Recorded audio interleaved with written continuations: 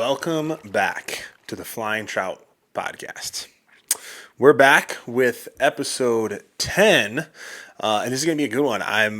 It's crisp outside, it's cloudy, there's some rain coming down. I've got the flannel on, we've got a pumpkin spice latte. So we're gonna talk about fall fishing.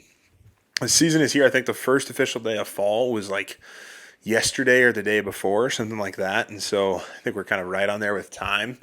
And to be honest with you, like fall fly fishing is probably my favorite. I think it's just so much to be said for it between the cool, crisp mornings and like fog coming over the mountains and just these beautiful, gorgeous mornings.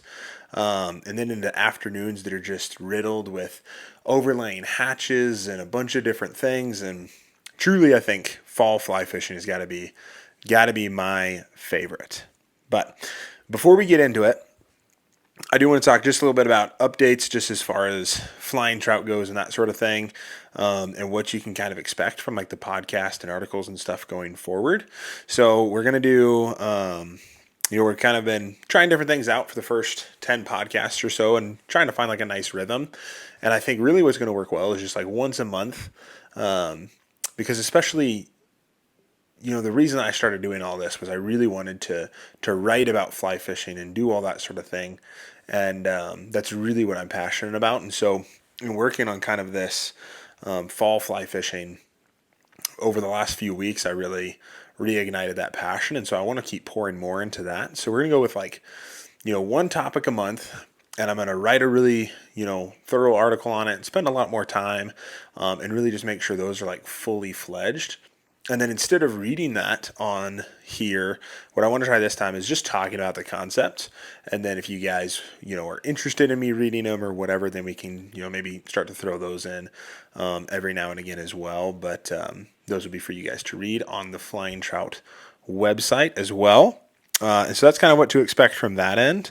So yeah, I think we're going to go once a month and just kind of pouring more into these things and more full-fledged, longer format, maybe articles and that sort of thing, because that's really, really, really what I love to do. So be looking for that. But I think with that, we'll just dig into fall fly fishing. So this should be a good one.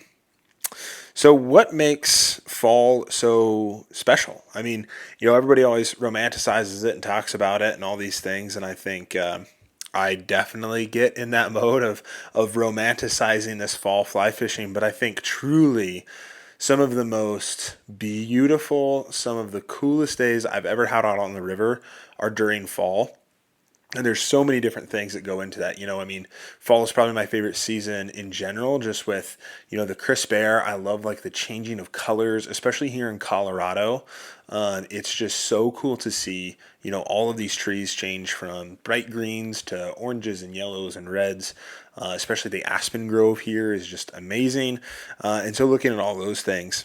But I think from a fishing perspective, one of the biggest things that changes is trout behavior, right? You kind of have these two seasons on either side of fall. You've got summer, where it gets so hot in the river systems that a lot of trout start to get super sluggish and they're not interacting as much and they're not coming out as much and they're really trapped in those dark pools. And then you've got winter where it's so cold that there's not as much bug life coming off. There's still some fishing to be had in winter, to be sure. And I love fishing in the winter, but there's less bug life, there's less water moving through.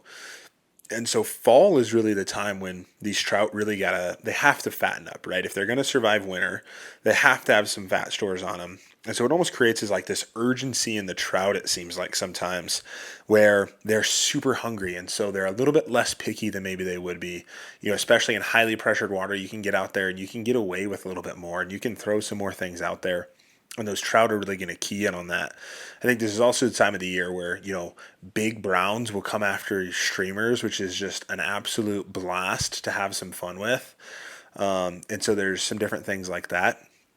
There's also so many bugs, I feel like, that are overlapping. You've got midges, blue wings olives, caddis, all these different things have hatches during the fall, and they almost overlap.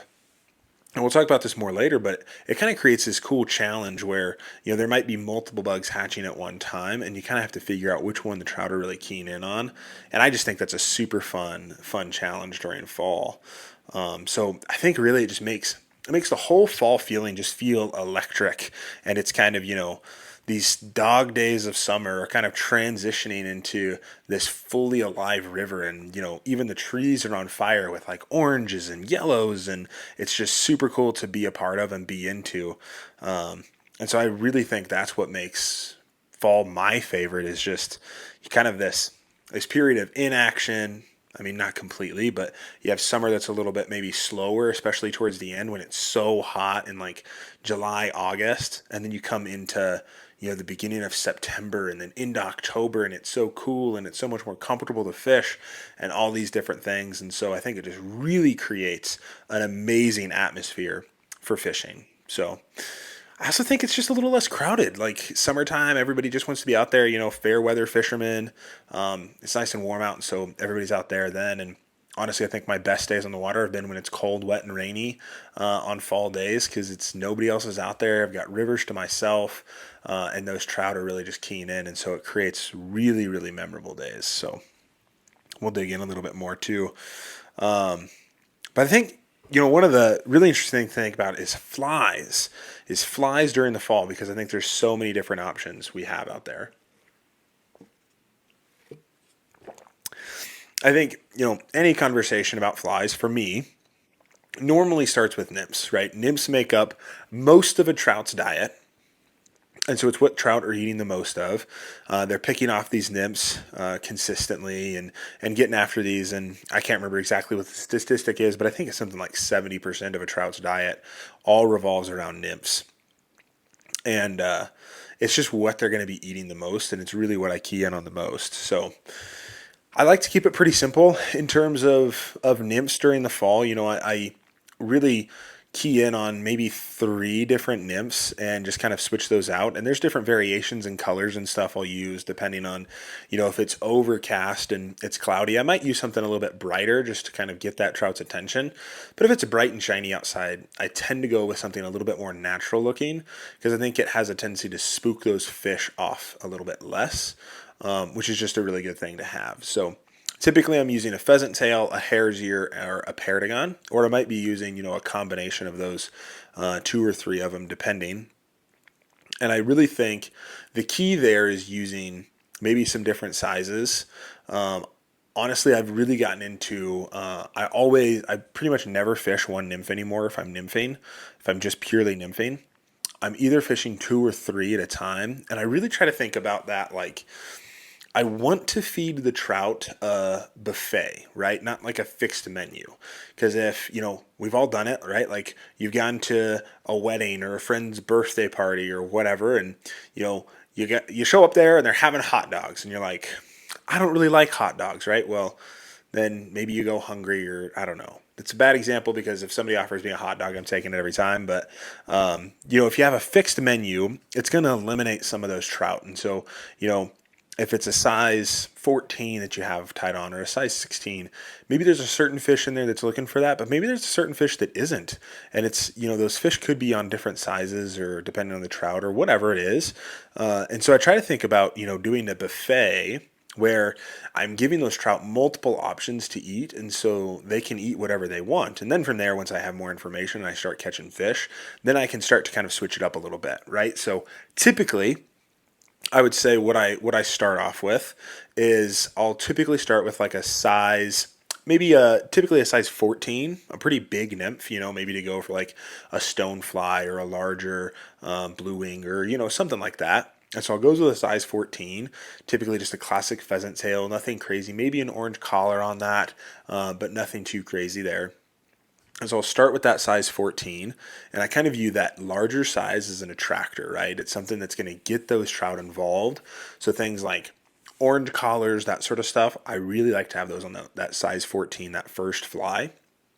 And then I'm kind of different. I tie Another line of tippet, typically 6 to 8 inches, something like that, all the way up to 1 foot maybe, just depending on water depth. But I'm actually going to tie it onto the eye of the hook. The bend of the hook I've had slip off on occasion, that sort of stuff, and so I just kind of go eye the hook. It just makes me feel better. It probably doesn't make that big of a difference, but just helps me feel a little bit more secure. But I'll go from that size 14 to maybe a size 16 or 18, kind of depending on what I'm looking at. I typically like to go for that size 16 just to see, how small that variation is. And that's where I'll do, a Paragon or something like that, something a little smaller, maybe a little more natural looking. This typically isn't going to have any like bright colors or spots or anything. It's typically going to be, a tan or a brown Paragon. I have started to use quite a few like dark purple Paragons, and those have been dynamite fishing out there. And so I'll use those. And then typically, again, I'm tying another, piece of 8 to 12 inch tippet off to the end of that. And I'm going with something really small, whether it's a super small midge and like a 18 to 22, whatever that is, or, maybe it's a smaller nymph, even a smaller pheasant tail. But typically for me, it's going to be a super small green zebra midge. Those have just been super great for me, and in the rivers around here, like I'll even pick up rocks and find midges on, sticks and stuff that I pull out, and they're all kind of, it's a super, super dark green, but it's just a little bit of green. And so I use that a lot, and I'll tie that off in a size 18 or 20. I really like that size 20 on the end because it's just super small, and whatever fish may have, scooted away from those larger flies, just sees that super basic fly coming through, and they'll hit that green midge really, really frequently, right? But I think in that way, with a size 14 pheasant tail to a size 16 Paragon to a size 18 to 20 green midge, I really think that's just truly giving those trout a full buffet. And so it just gives them so many different options to eat, and you just give them so many chances. I think the challenge with that is it is casting, right? Like, it sucks to get tangled up. 3 flies can get tangled up, especially when you're doing 3 different sizes. That last one, if you don't have enough patience on that back cast, just has a tendency to get hooked up with another one, and you spend some time untangling. So I think if you're going to try that, just be really confident in your casting, and be sure to be really patient and let that line fully come out behind you before you go fully forward. But I really, really love that setup from just a pure nymphing standpoint, and I've had a ton of success with it. So give it a shot. See how it works for your fly fishing or your fall fly fishing. Right. Next up, obviously, we got to talk about dry flies, right? Like, let's be honest. That's the reason so many of us are out there. We just want to catch fish on a dry fly. We want to watch this sucker come up and eat off the surface, and that's what I'm here for. And I think there are so many great opportunities to do that during the fall, because trout feel more confident, right? Like, there's typically more overcast days. There's less predatory from, hawks and that sort of stuff, just because they can't see quite as well. And so I think it does create some more confidence in the trout to come up and eat those hatches. I can't tell you how many times it's been the middle of summer and I see a hatch coming off, but I don't see any trout rising. And I think that truly just comes down to that predatory instinct. It's bright and sunny out, and they know that those hawks and those predators, they can see them as they're flying up above, and so they'll get snatched out of there. But I think during the fall, they have a little bit more confidence to come up out of that water and eat at those surface things. There's also so many great hatches happening, right? Like, there's a ton during the summer too, but I think during the fall, right, you've got blue wing olive, you got elk hair caddises, you got all these different things popping off. You got some midges thrown in there here and there. So you get really, really nice hatches throughout the fall. And what's really interesting about them is they'll overlap, right? You might have a blue wing olive hatch start like 9 o'clock in the morning, or, earlier in the morning, that sort of thing. And then all of a sudden, an hour after that one goes, you got the caddises popping off right with them. And I can't tell you how many times I've had these situations where, trout are rising and they're eating something. I can see all these bugs coming off, and I think I've got the right thing tied on because, bug landed on my hand or whatever, and I tried to match it, and I cast it out there, and I cast it out there, and I cast it out there, and it drifts by all these hungry rising trout and nothing. Only to realize that a midge pop came off out of nowhere, and those fish are keying in on those small, tiny midges. And so I think it's really fun to me to kind of piece out this puzzle of the hatch and try to figure out what they're eating on. And so I think it creates a really, really fun environment where you have so many different things hatching off, and you got to figure out not just what is hatching, right? Because matching the hatch is super important, but it's also matching what they're actually eating, right? Match that rise, not necessarily that hatch, because sometimes you might have multiple bugs coming off. And for me, typically what that means is having multiple options, right? In terms of dry flies, I tend not to get too crazy with colors and that sort of thing. I really think for me, it's like the size that matters so much on dry flies. And so I try to have, a couple different sizes in blue wing olive, a couple different in elk hair caddis, and then a couple different in like I think it's called a mole fly. It's really like a simple dry fly that's just kind of a small body, and then it's got a little tuft of typically deer hair up top. I think it's called a mole fly, but I'm sure somebody on the internet will correct me if I'm wrong, and that's totally fine. But those are super great for like a midge hatch sort of thing. And so I'll typically, have all three of those and be ready for all three hatches and maybe a couple different colors. But I really like to have them in multiple sizes. So I'll go, size 16, 18, 20 in all of those different kind of patterns. And it gives me plenty of options to throw out there because I really think that's what the trout key in on is that size of the dry fly, not necessarily the color. So that's kind of how I think about dry flies in the fall. Next up, streamers. Like I said earlier, this is the time of the year where trout are getting aggressive, right? They've got to fatten up, and we've all heard the old adage of meat eats meat, and typically I kind of disagree with it. But I mean, during the fall, it's hard to argue that big aggressive brown trout, especially, are looking for those small bait fish and things to just come up and crush, because it's getting to that time of year where food sources are going to be less available during the winter. Water is going to be colder, so their metabolism is going to drop because the oxygen actually decreases in the water when it starts to get a little too cold. And so those trout will start to get really aggressive during the fall in, just tasting those out. I also think, you got to think about brown trout. They're also getting into the spawn. And so this time of year, they're going to be spending a lot of calories on that. So I think that also causes some aggression when, these trout might be about to start the spawn or whatever. And so they kind of key in on those small bait fish because they're trying to build up some calories. So just something to think about. I don't really think anybody should be fishing specifically for, fish that are spawning or looking to spawn. But I mean, it happens, right? You're going to catch them and don't be upset about it at all. Like if I catch a big brown, I'm not going to be sad about it by any means. But I think those trout do get aggressive. So you do have a lot of opportunities for streamers. For me, I don't really complicate, my choice in what I'm taking in streamers too much because I think streamer fishing a lot more times comes down to how you present it and you're different, if you're, turning the head a certain direction or how fast you're tripping it, that sort of thing. I think it really is more in that. But I'll typically take, woolly boogers because they're just the greatest freaking streamer of all time. And I'd really like to get into, some different zonker strip sort of patterns. Like there's a meat whistle, like things like that. So I don't overcomplicate my choice in those. I don't really do too many articulated streamers. I don't really have a good answer for you as to why, but it's just kind of not really my thing, I guess.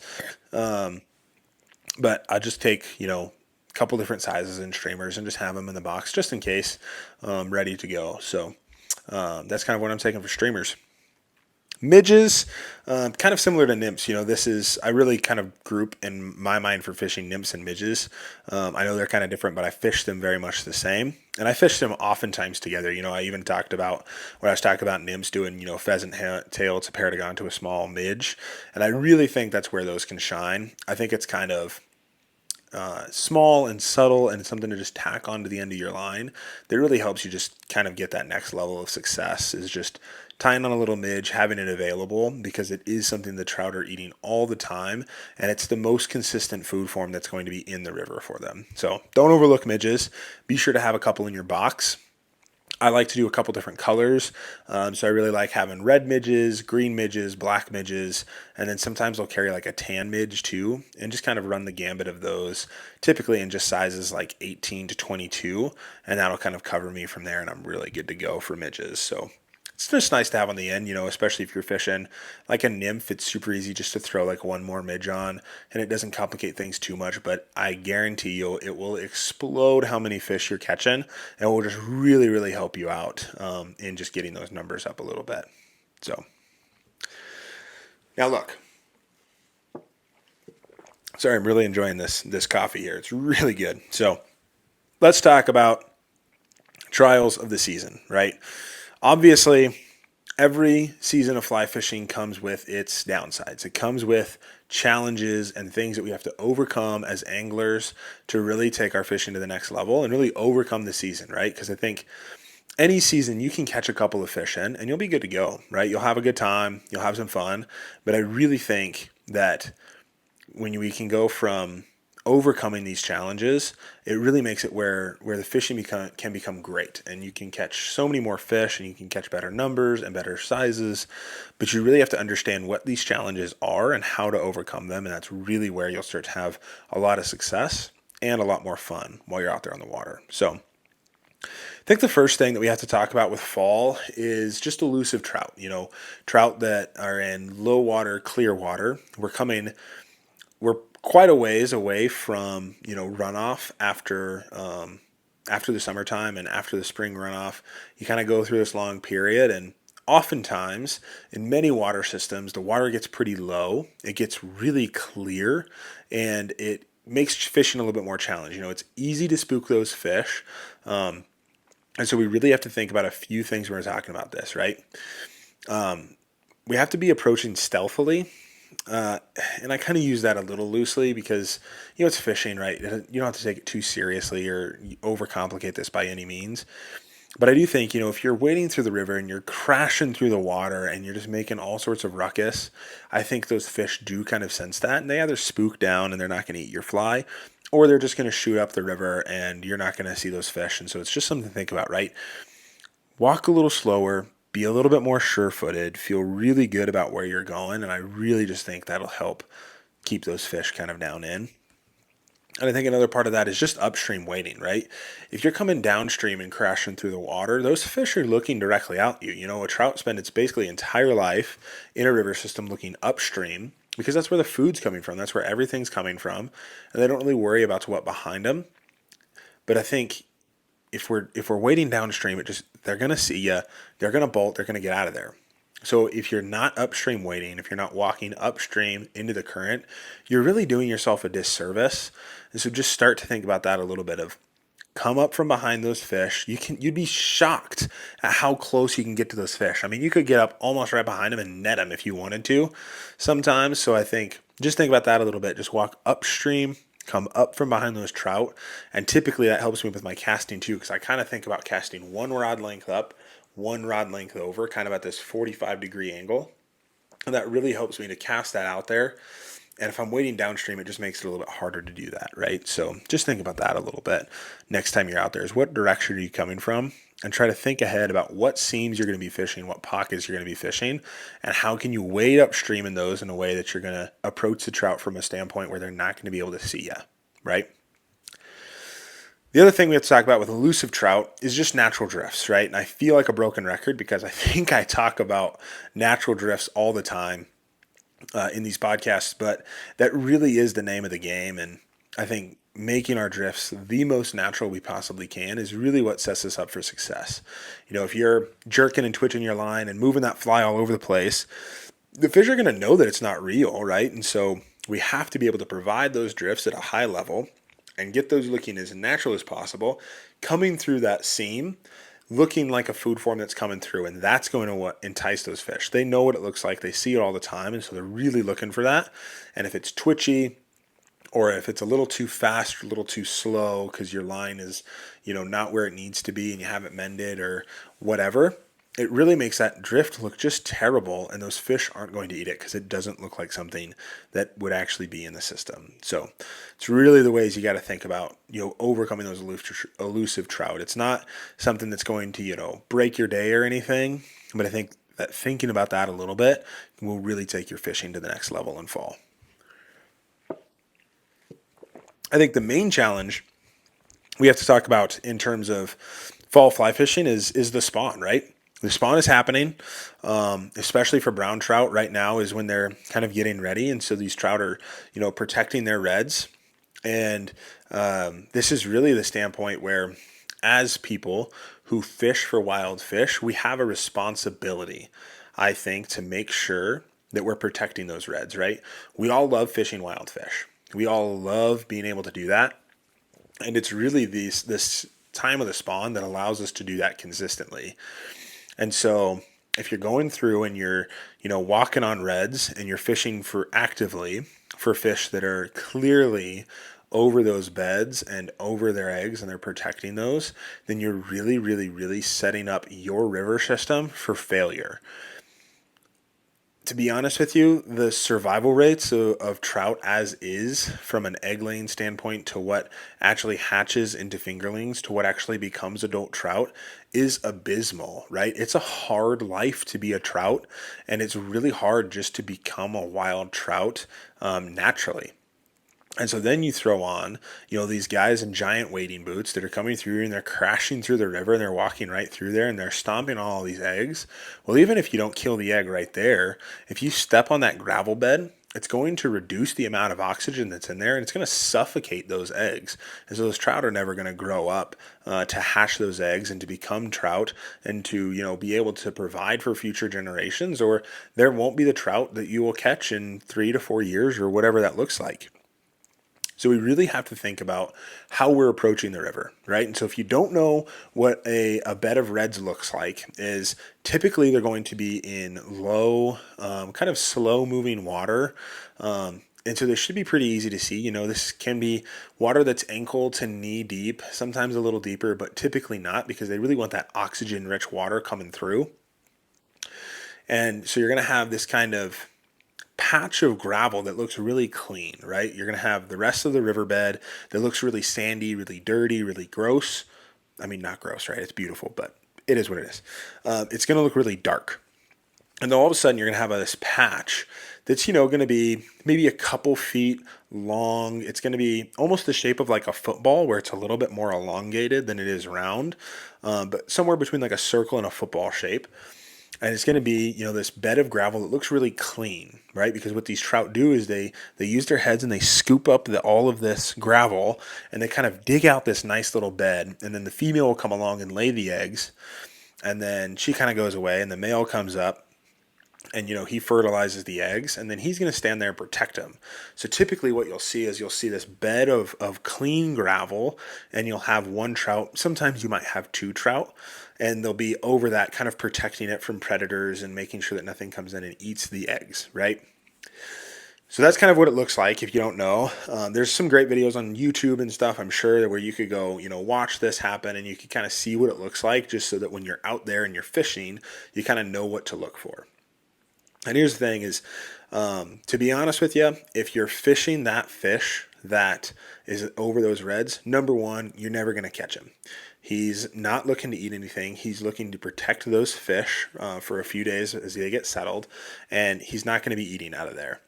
Now, I have seen a lot of people will fish streamers, and they'll stream it into there, and they'll bug the crap out of that trout and hook into him and then pull him out. And if you're one of those people that does that, I would please ask you to stop. It really does hurt the survivability of those eggs, because that trout might get scared and then go away and not come back to his reds, and then predators are going to come in and just chomp on all of those eggs. So if you're one of those people, please don't do that. I do have an alternative for you. If you look at a red and you have this clean gravel patch, typically what you'll see is behind that patch, 10 to 20 feet, you'll have a pod of trout, and you can see this pod of trout, and they'll be eating on something. And what they're eating on is they're eating on loose eggs. They're eating on the eggs that kind of work their way out of that red. Females will lay anything like between 4,000 and 5,000 eggs in a single clutch. And so these trout will sit back there and they'll eat the eggs that don't quite sit in the gravel quite right. And so those eggs will roll out and they'll come back and they'll eat, or these other trout back behind them will just gorge themselves on all those loose, floating by eggs. And I mean, those eggs, they're not going to survive anyways. Even if they did, land downstream somewhere, they're going to get crushed. They're not going to survive. And so it's kind of, almost like a self-filtering system for the river.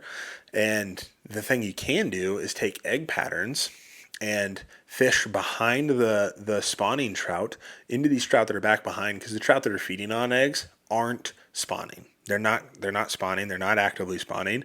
They're back there trying to, gorge themselves and get ready for winter. And so cast an egg to those fish and you will crush. You will absolutely crush those fish. It is crazy.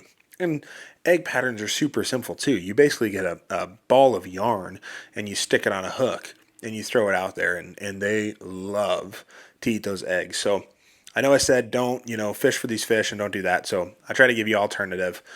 Fish those egg patterns, those fish that are back behind there, and we'll just make for a successful spawn for the fish, for us. It'll help set your river system up for success in the future. And that's really what we need to do as, wild trout anglers. So I'll step off my high horse about the spawn now. The next thing we got to talk about is shifting weather, right? Like, obviously fall can be a little chaotic in terms of weather, especially out here in the West, in Colorado and Utah and Wyoming and Montana. Our river systems can get inundated, like it can go from bright and sunny in the morning to rainy and everything in the late morning, and all of a sudden it's bright and shiny again, or you can get thunderstorms rolling in, or clouds, or whatever it looks like. And it seems like weather can shift from hour to hour. And so really we have to be able to understand how that affects trout behavior and how we can adapt ourselves to it, right?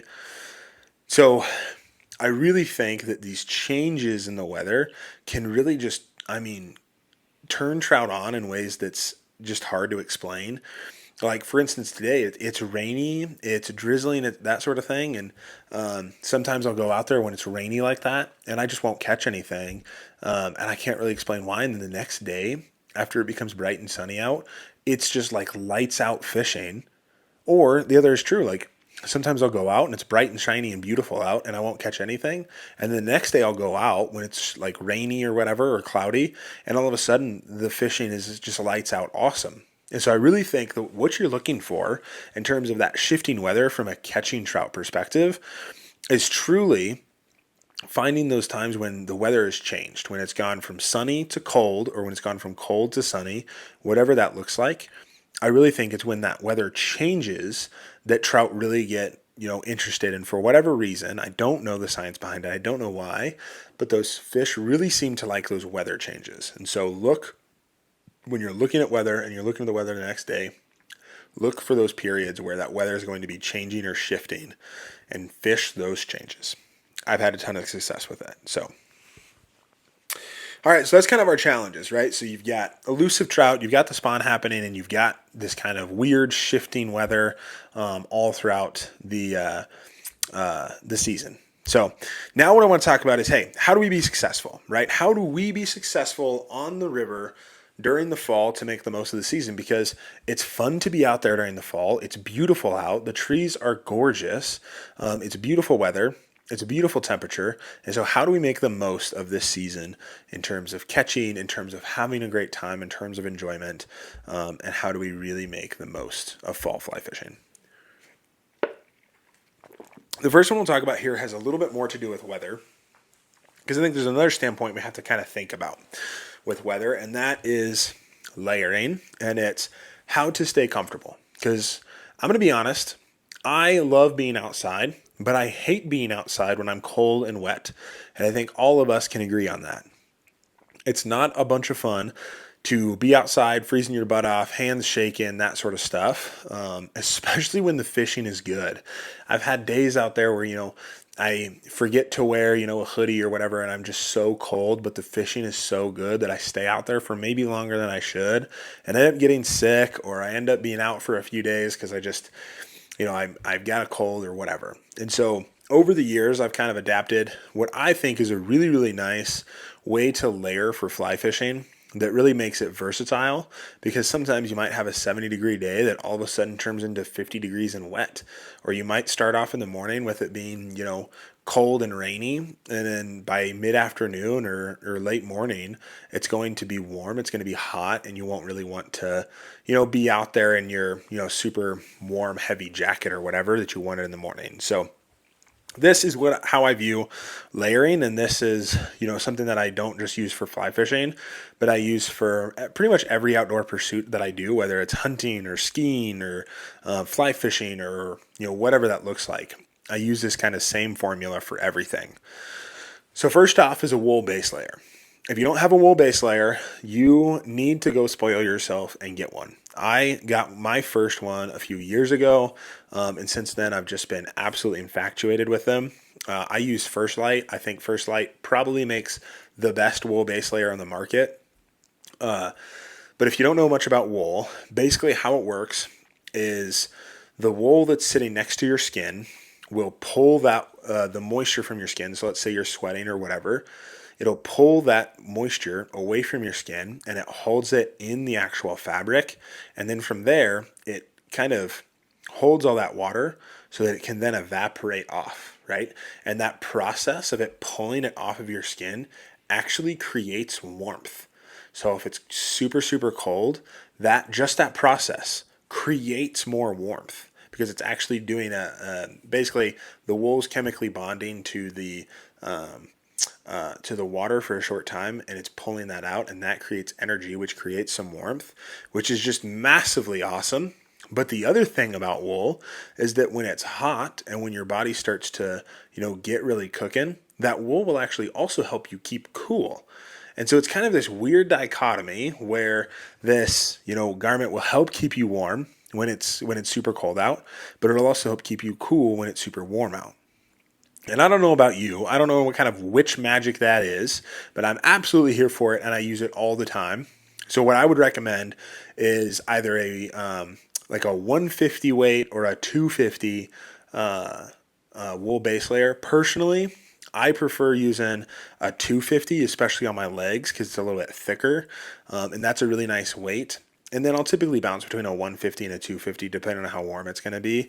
The weight difference isn't that crazy. And if you're only going to buy one, I would probably recommend a 250, because it's super, super versatile, and it's going to keep you nice and warm, but it's also going to keep you cool.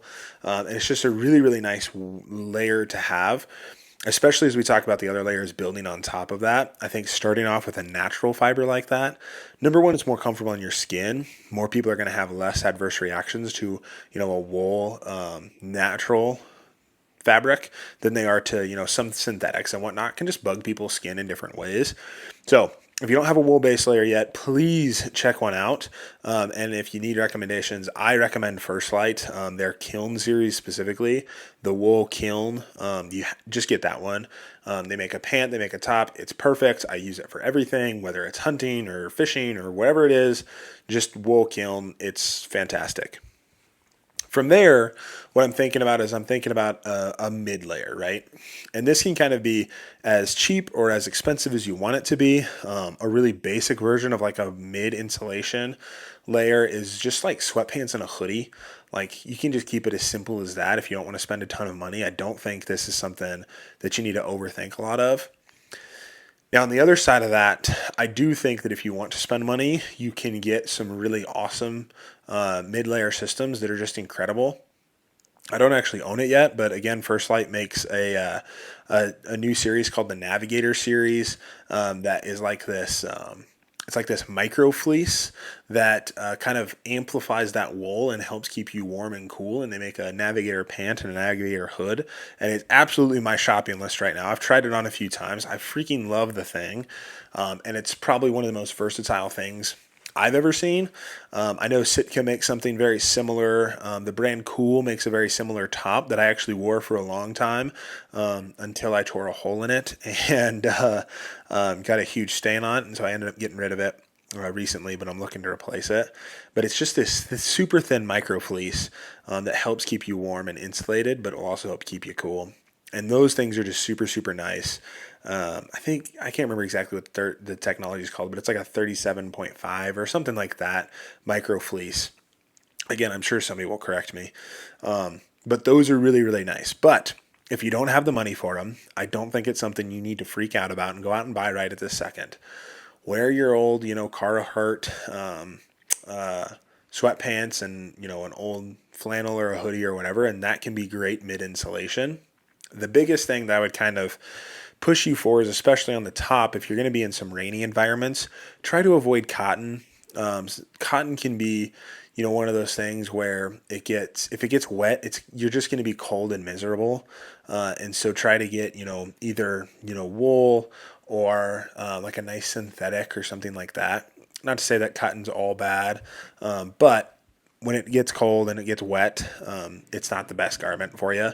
And obviously, when we're on a river and we're fly fishing, you're going to be around water a little bit. I don't know if anybody told you that, but if that hoodie gets wet or damp, then you're going to be a little bit colder, a little bit more miserable. So just think about that a little bit. Maybe steer towards the synthetic option.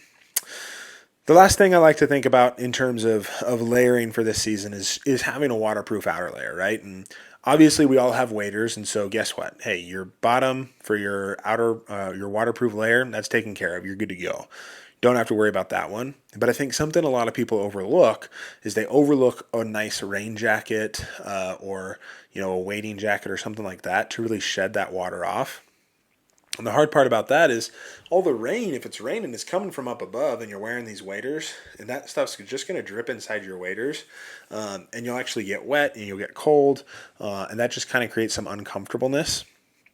And so I'd really, look at getting just a cheap rain jacket, something like that. I don't think it has to be crazy. You could go with a crazy wading jacket if you wanted to, but just anything that's going to shed some of that water off of your shoulders and go around your waders so that you aren't, sucking all that water in.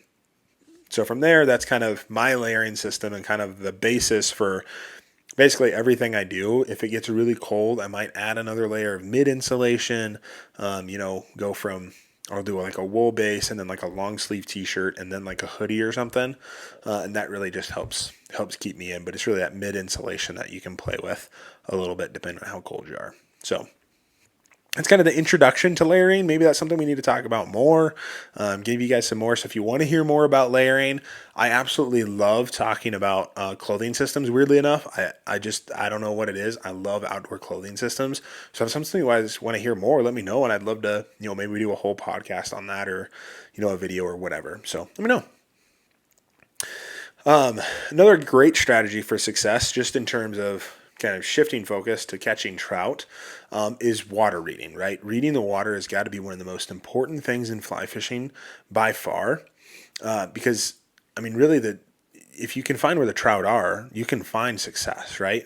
And so we have to be able to identify where those trout are. And I really think there's a few different water types that the trout are going to be in consistently throughout the fall. And that's seams, riffles, tailouts, and I kind of call them transition pieces, okay? So seams, what you're looking for there is you're looking for two pieces of water that are moving at different speeds, right? So think about this as like maybe there's a boulder in the middle of a stream, and right behind the boulder, you have a super slow section, right? Because that boulder creates some break. And so back behind the boulder, you have a good section of slow water. And then right next to that boulder, you have this section of really fast water, right? And so in this fast water, that fast water is kicking up all of these bugs from the bottom of the river, and it's scooping them up, knocking off boulders, and that's what trout are feeding on. All right, so those are coming up. And then the slow water is great water for trout to hold in because they don't want to waste energy, right? They're lazy. They're just like me and you. They want to rest and relax as much as possible. And so they're going to be right there in that slow water as that fast water is coming through. And they're going to sit right in that slow water, and they're going to come out into the fast water to eat that food, and they're going to go right back into that slow water. And so that seam is that section of the water where that fast meets that slow. And you'll typically see like a line of bubbles or like little ripples, or you can see the shape to the water. And if you cast just right on that shape, that can be the difference between a great day and a good day. If you can get right on that seam, sometimes depending on the day and depending on how the fish are reacting, I'll start to lay that fly just a little bit on the slower side of that, and that it just makes it easier for that fish to eat it. And so that fish will hit that. And sometimes I won't be finding success with that. So I'll toss it actually just a tiny bit into the faster side. And that just keys in on those trout as it's coming by. It looks faster. So try both. See what's working on that day. It'll change day to day or hour to hour or area to area. And just see what those fish on that seam are looking for. But that seam is the first thing you really need to look at. The next one is the riffles, right? I mean, trout feed in riffles. There's so much oxygen in there. There's so many bugs that are getting kicked up off of those rocks. And really what you're looking for here is not like those super shallow riffles where it's like, barely toe deep and whatever. Like that's not the riffles we're talking about here. The riffles we're talking about are that like ankle to knee deep riffle where it's good speed of water coming through, but there's just tons of rocks on the ground. And you can just see that water kind of bouncing as it comes through. And trout just love that area. They can sit in there. They feel pretty safe because the water's moving and hiding them a bit. But there's so much bug life getting kicked up from the bottom because there's so many rocks. The water's faster. And so those just, kick up so much food.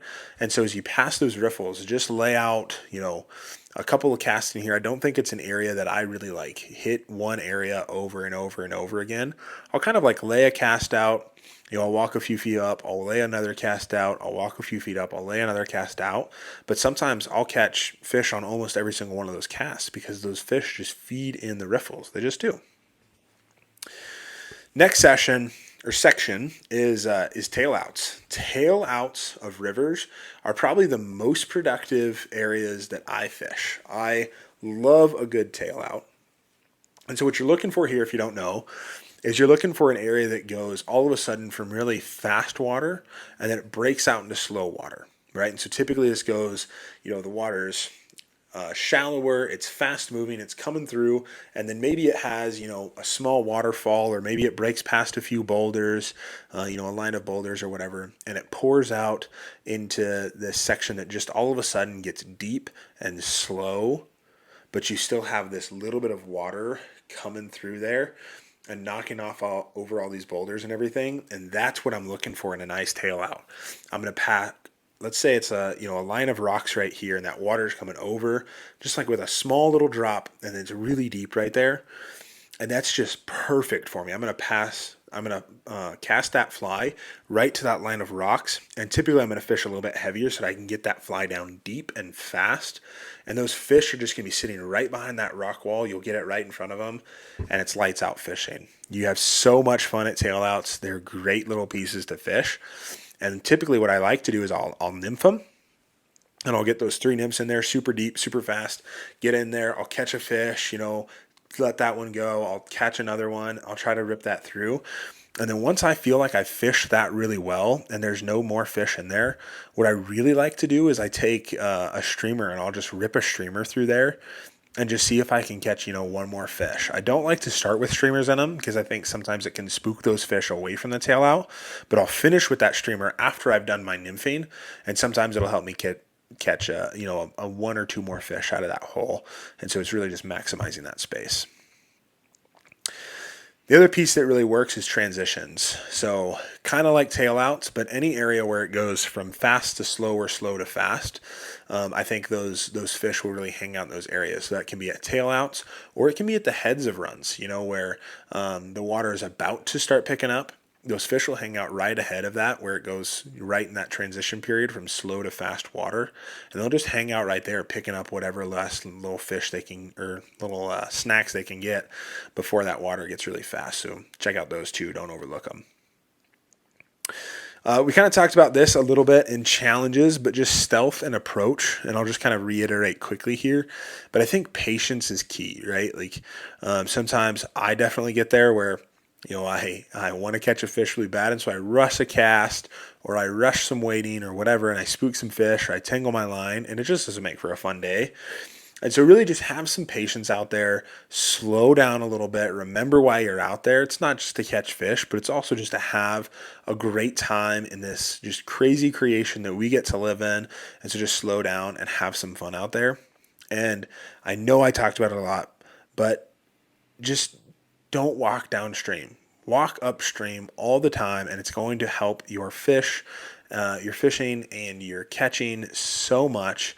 You're going to have a lot more fun. typically what I'll do in a day, let's say like I park at a spot and I, fish up and then I fish back. What I'll do is I'll fish like nymphs and dries and that sort of stuff all the way up, and I'll upstream wade the whole time. And then walking back to the car, typically I'll just throw on a streamer and I'll downstream wade a little bit. But I think the streamer, I can cast it a little bit further out there and I can strip it back to me. And so I've had a little bit of fun with that too. So I think if you are downstream wading, typically for me, that's either leech time or that's like woolly booger time. So think about that a little bit. The other thing is just mindset, right? Like strategy wise for success, just understand that fall demands some intentionality, right? I think it has the potential to be your best time of year on the water. You can catch the most fish, you can catch the biggest fish, and you can really have this amazing time. But you have to understand that there's going to be some challenges, right? You're going to find spawning fish and you're going to be frustrated because without fail, it's always the biggest freaking brown trout that you've always wanted to catch in your life, and it's sitting right over there over a pile of reds. And so it's so tempting. But at the same time, if that fish spawns, then guess what? All of its little babies are going to be running around, and in 3 years, you're going to catch a bunch of friggin' 24-inch giant browns, and it's going to be a great day. But I think it's really easy to get ourselves in that mindset. It's really easy to, think about, oh, it's cold and wet and rainy, and, this is my one day off, and of course it's the day that it's raining and everything.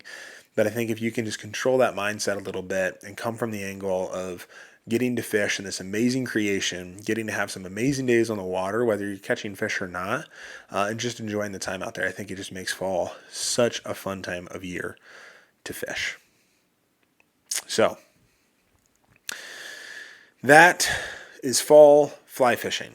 I think we kind of got a really good overview of kind of everything, nothing super specific, but I think this is such a cool season that we're coming into. And so I don't know about you guys. I'm excited for it. I hope you guys are excited for it. I know I'll definitely be fishing the next few days with just so much hope in my heart for, big browns and maybe crushing some streamers and just having a great time out there on the water as the colors start to change and everything. And so that's really what I'm looking forward to this year.